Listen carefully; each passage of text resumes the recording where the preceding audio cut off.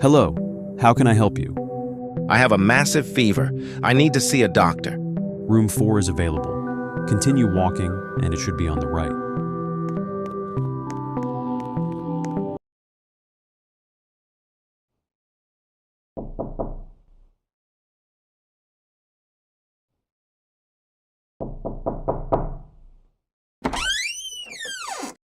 Michael, don't leave me here. Michael, help me.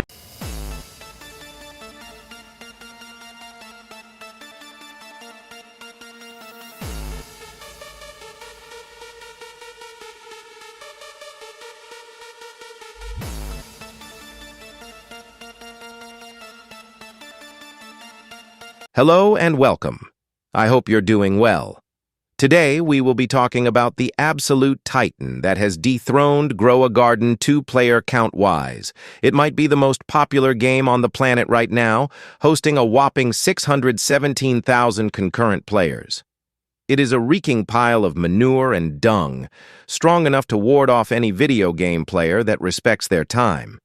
It is an amalgamation of some of gaming's monstrosities, including paywalls, unexplained mechanics, and design flaws. It is none other than Animal Hospital.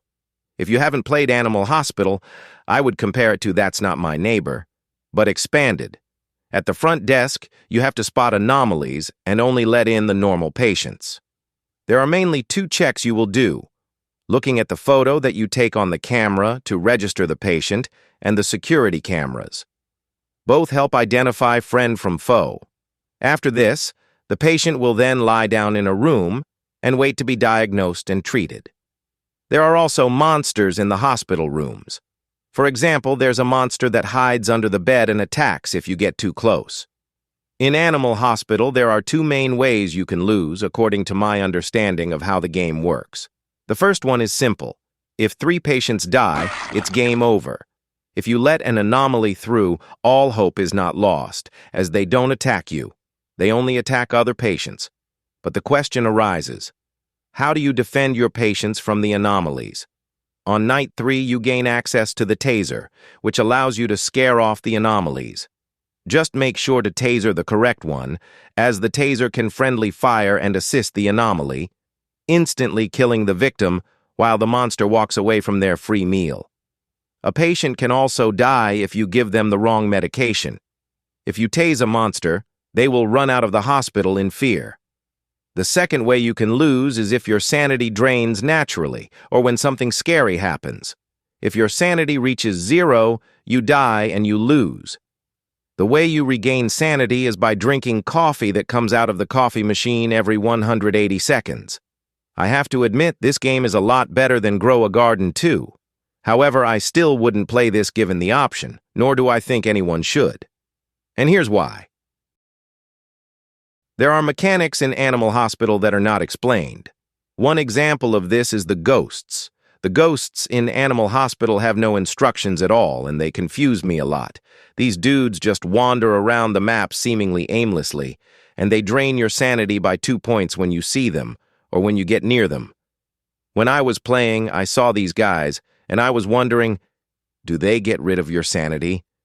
There must be some way to prevent this, right? I tried to figure this out, but I had no such luck. I couldn't find anything that would prevent them from spawning or taking away my sanity. So for my playthrough, I just kept losing sanity, and I didn't know how to counter them. I just assumed they probably had no counter. Only when I was done playing and researching for this video did I figure out how to defeat the ghosts, and it makes 0 sense. On one of the nights, you unlock a taser, which was obviously supposed to be used on the anomalies if you let one through. However, to my surprise, you can actually taser the ghosts. This makes no sense whatsoever. Ghosts traditionally are immune to physical touch, as they float around and phase through doors and other objects. This, however, does not include the taser, which must have some magical properties allowing it to make physical contact with ghosts. How was I supposed to know this? Or better yet, how was anyone supposed to know this? Are you kidding me? Monetization is a cruel beast. Where do you draw the line on what you should monetize? In my opinion, monetization should be strictly skins. Things that don't give someone who spends money an unfair advantage over someone who doesn't spend money on games. Animal Hospital fails extremely hard at striking that balance, with Robux exclusive classes and in-game items. For example, the head nurse costs 190 Robux and is strictly superior to their free counterpart, the nurse. The head nurse at level 1 can hold 3 extra items, and the nurse at level 1 can only hold 1 extra item. However, when you upgrade them, the difference between the two classes is emphasized. At level 3, the nurse can hold 3 extra items, which is on par with the level 1 head nurse. However, the head nurse can be upgraded to level 3, at which point they gain 10 extra sanity to start a game with, and they start each round with a special technique that automatically applies all the treatment required for the patient, which almost removes the risk of patients dying because it automatically applies the correct medication. This is broken beyond belief. But it's nothing compared to the behemoth, the one and only, the raging titan, a cold tyrant, ruling all the classes as king, a force so dominant, no anomaly stands up to them. Say hello to the secret agent. The secret agent class costs 890 Robux to purchase, and you have no way of obtaining it otherwise. This class starts you out with a gun. Yeah, screw the taser, let's just go with the gun. At level 1, you start with a gun that has 20 uses and a multi-use scanner with +2 carry capacity. At level 2, the gun has 24 uses and regenerates 1 use every round. At level 3, when you kill an anomaly with the gun, you get +4 sanity and +5 cash, making this an all-around class that gives economy, defense, and the ability to reign as the #1 class in the game. If you want a taste of its power, you can buy a run-limited gun with 20 rounds for 99 Robux. Might I remind you that the free option, the taser, regenerates, while the gun can unleash carnage 20 times with no cooldown. This is a 20 times use get-out-of-jail-free card if an anomaly starts attacking a patient while the taser is on cooldown.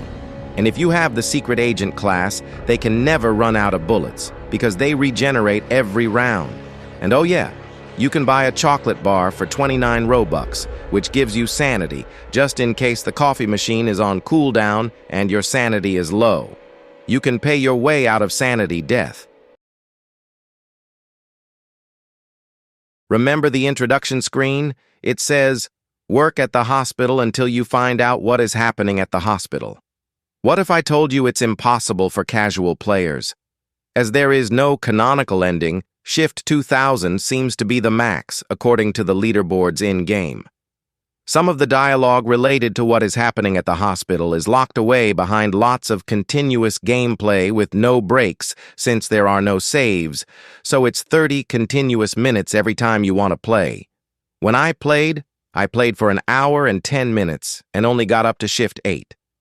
I assumed there were saves, so I thought I would get to continue the run. The fact that there are no saves is ridiculous. You're expected to play for hours non-stop if you want to learn the lore. At the end of the day, these developers actually developed a game. Unlike the Grow a Garden 2 developers, they have the foundation to make something actually good. In my opinion, here's what they need to do to fix the game. They need to make sure that whenever they introduce a mechanic, they tell the player what to do. They need to do away with the Robux exclusive classes and add a canonical ending at a reasonable milestone. They don't have to tell us everything in the ending. They can add the finer details in dialogue later in the game so the casual player has a general understanding of the Animal Hospital lore. And if they add saves, then I think Animal Hospital could be a decent game, accessible to the whole Roblox platform. Thanks for watching, and remember, you deserve better.